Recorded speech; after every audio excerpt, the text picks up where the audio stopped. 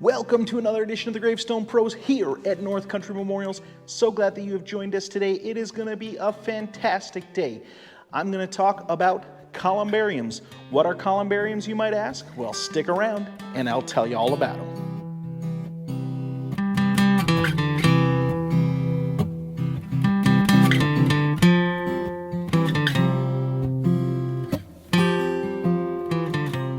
All right, out the door we go.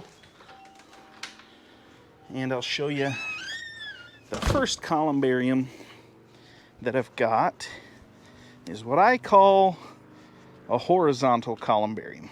This one has space for two people. I do have it designed one that's exactly like this, but basically half, made just for one person.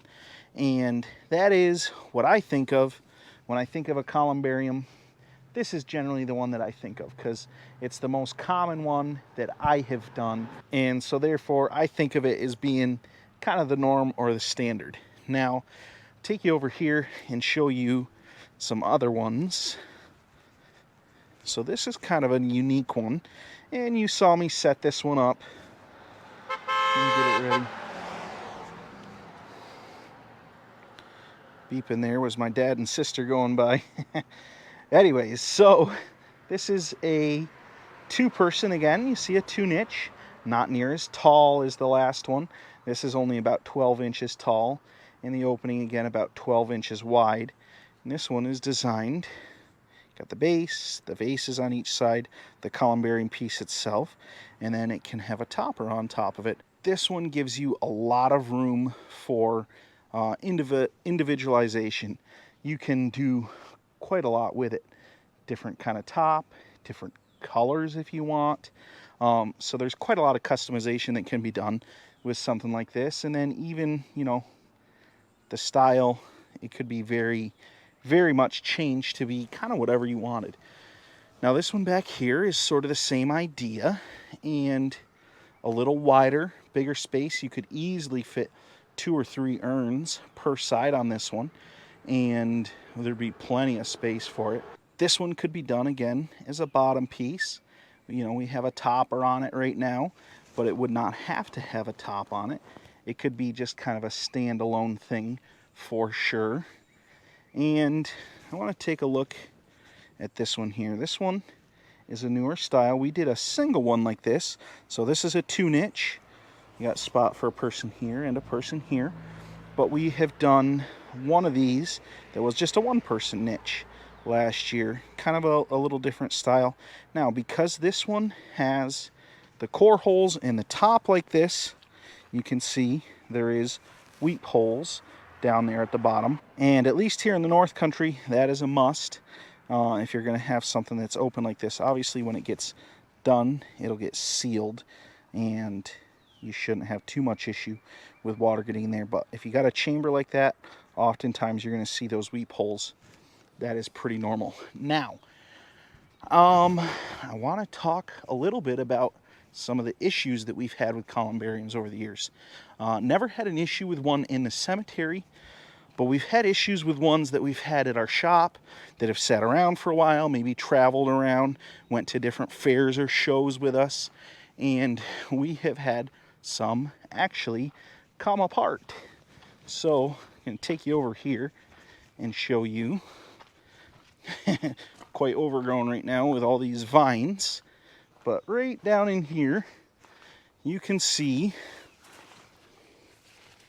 there's a top to a columbarium. Here is sides, so, and then more sides and another top. I actually, one time we were going to move one and I was kind of pushing on it moving and the top lifted right off.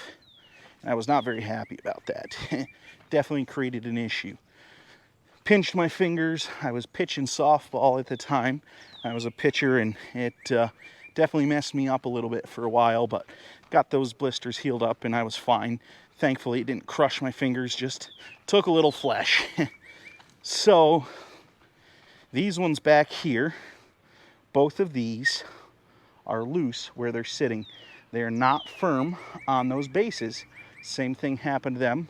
like the one that's totally disassembled over there. So these are waiting until I can take them all apart, drill them, pin them, and put them back together properly. Every time I order one now, I order it and I have it done with pins from the manufacturer. That way I do not have to worry about this happening ever again. So that's something that we've learned. Order them with pins. That's a good way to do it. The next style is benches. There are several different kind of benches that can be columbariums. A lot of times you can get benches with a normal top and then the legs are thicker and have a core hole in them for cremains to go into. You can get ones that are, you know, kind of like a pedestal with core holes in. You can get ones that have sides that are kind of look like columns, and then a top that sits over, and then an empty chamber. The whole thing is a big chamber. So there's many different style columbariums that are also benches, and they range in size. A lot of times they're going to be at least 3 foot wide. That's pretty standard. And then I've seen ones, geez, I think the biggest one we did was like an 7 foot long one. I think it was a 7 foot long bench and had core holes through the top. And that one was actually designed, it was made for 4 people, and that was a really kind of a neat one. But there's many different ones. Now, talking about the core holes, we had a customer one time who was very upset with Dad and I because he saw it before the top was all put on, and before we ordered it, he kept on talking about he was really worried that there was going to be enough space for that core hole for the ashes to fit inside. So we ended up telling the manufacturer, rather than doing the standard size core hole that you would normally do as big of a core hole as you can. And so they ended up going with a big core hole, and it ended up leaving at the edges about 1.5 inches at the very thinnest part. Now, because it was round, it goes from, you know, 1.5 inches here, you go just a little bit over, and now it's 3 inches thick, and obviously getting thicker and thicker as you move down. But the guy saw it and saw how close it was to the edge, that 1.5 inches, and he was sure it was going to fall apart. He even made the comment, you know, a guy could be out working in the cemetery with his steel toe boots, you know, and if he kicked the thing, it would just crumble right in. And he was just so sure that it was not going to be stable and that it was not going to work. And, you know, Dad and I tried to reason with him, tell him, listen, the manufacturer was fine with this. You know, our experience and knowledge says it's plenty thick. You know, we're not going to have any issue with it, but he was sure that it was not going to be okay. Unfortunately, we had already put all his information on it. It was lettered and ready to go to the cemetery when he saw it. So we ended up telling him, hey, look, we want you to be happy. And we went to basically tell him, we'll do whatever you want. We'll order a new one. We'll do anything you would like. And he was so upset. He literally, we couldn't tell him, you know, we'll just totally replace it and start over. He was just that upset with us. So it was kind of a bummer, but we weren't really able to reconcile with him on that. And he ended up basically signing, because he was buying it with some other family, he signed it over to the family and said they can do what they want with it, and he kind of just washed his hands of us and he left it. So we ended up redoing something different for the rest of the family and taking care of what they wanted, and I think they ended up being happy with it in the end. It was kind of a different thing, but it worked out. And then that piece, since we retained it because nobody wanted it, we felt so sure about it that we took and we had the names where the names were, we had it shaved off, we had it repolished, and we actually resold it to somebody. And before we did that, however, when we got it back to the shop, Dad took a hammer on the sides where he was talking about, you know, what if somebody kicked it with their steel toe boot? Dad took a hammer and he banged on it and banged on it and banged on it, and just to see could he bust through, you know, was there any validity to what the guy thought. And because we wanted to know, you know, we're not going to resell it, obviously, if there's any chance that something was going to go with it. So he wailed on it with the hammer. He could not get anything to chip or break out on it because it's in that round. Even though in that its very thinnest part, it is fairly thin.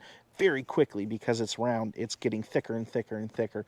And there was no way you were shattering it like that. It was very, very strong. And so We sold it to another gentleman, and it turned out beautiful. He ended up with a stone he absolutely loved, and so it all worked out in the end. But that was probably the craziest columbarium bench story I have to tell, so hope you enjoyed that. You really just never know what you're going to get. It's hard to make everybody happy. We try hard for sure to make people happy, but that was one of the first times I realized no matter how much you do, some people just aren't going to be made happy. And that was a disappointing thing to have to learn, because you know, our model really has always been to do our best and to leave customers happy. So to realize that wasn't going to happen is kind of a bummer. I've got this lovely suction cup tool. Works pretty good. Just take, now if this is one that's already been lettered, doesn't work quite as good, but clean it off, squeeze that.